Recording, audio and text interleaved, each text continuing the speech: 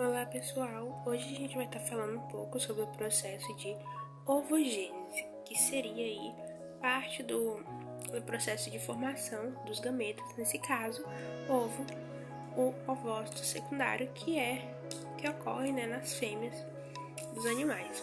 Então, primeiramente, a gente tem aqui o período germinativo.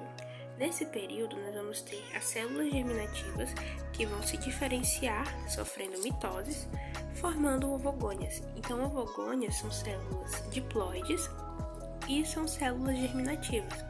Essas ovogônias elas vão estar sendo formadas lá no ovário da mulher, ainda dentro do útero da mãe. Então, isso é uma observação que a gente deve colocar, que ocorre durante a formação do embrião fêmea no ventre da mãe. Então, todo esse processo aqui vai estar ocorrendo lá no embrião, ainda na barriga de sua mãe.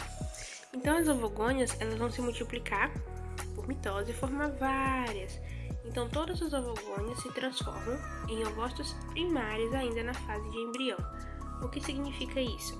As ovogônias elas vão se diferenciar entrando na meiose. Observem aqui que elas só fizeram mitose, ou seja, elas só se multiplicaram. Então, continuaram sendo diploides, Porque na mitose a gente só tem a multiplicação de células. Então, de uma formou 4. Aí, essas ovogônias elas vão entrar na meiose. E quando elas entram na meiose, passam a ser chamadas de ovócitos primários. Ovócito primário porque é a meiose 1. Então, aqui, as ovogônias, nessa parte, quando elas se transformaram em ovócitos primários, o embrião, o feto, ele já nasceu, ele já saiu do ventre da mãe. Então, a fêmea, ela já vai nascer com um número pré-definido de possíveis futuros gametas. Então, já foram todos formados antes, nesse período germinativo, e quando ela nasce, ela já tem um número pré-definido de ovócitos primários. Então, antes do parto, outra observação, antes do parto, os ovócitos primários eles vão paralisar o processo de meiose 1 na prófase 1. Então, quando a criança nasce, a fêmea, ela tem vários ovócitos primários lá dentro do seu ovário, paralisados na prófase 1. Então, o que vai ativar esses ovócitos primários? Será justamente a puberdade, porque na puberdade a gente vai ter aí uma série de liberação de hormônios que vão estimular esses ovócitos primários a prosseguirem a meiose 1.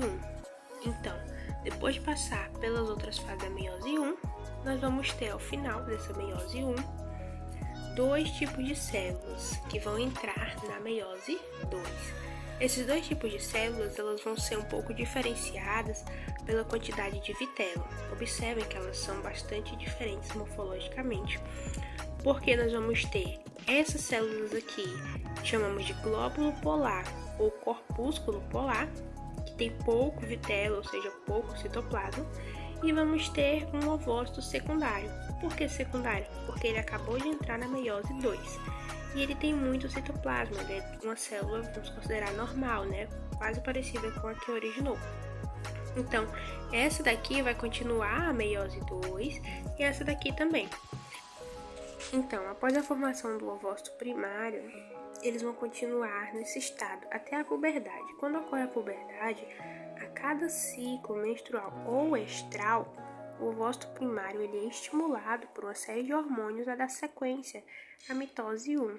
E isso vai ocorrer lá nos folículos, lá no ovário. Então, vão desenvolver, a partir da meiose 2, várias outras células originadas do ovócito primário.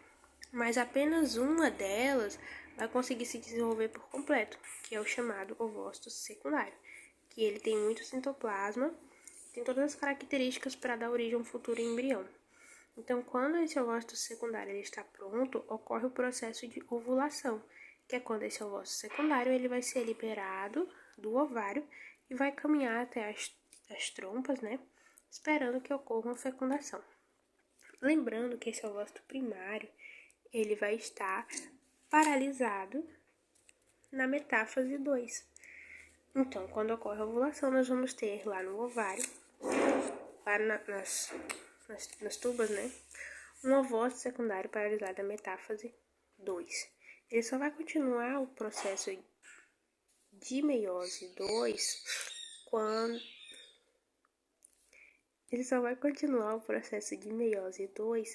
quando for fecundado, ou seja, quando ocorrer a fecundação, a meiose 2 será terminada, ou seja, quando o pronúcleo masculino estiver aqui dentro do ovócito secundário.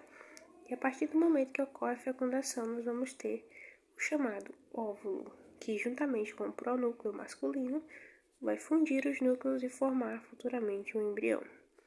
As outras células formadas da meiose 2, elas não conseguem dar origem a embriões, porque elas não são desenvolvidas por completo igual ao ovócito secundário.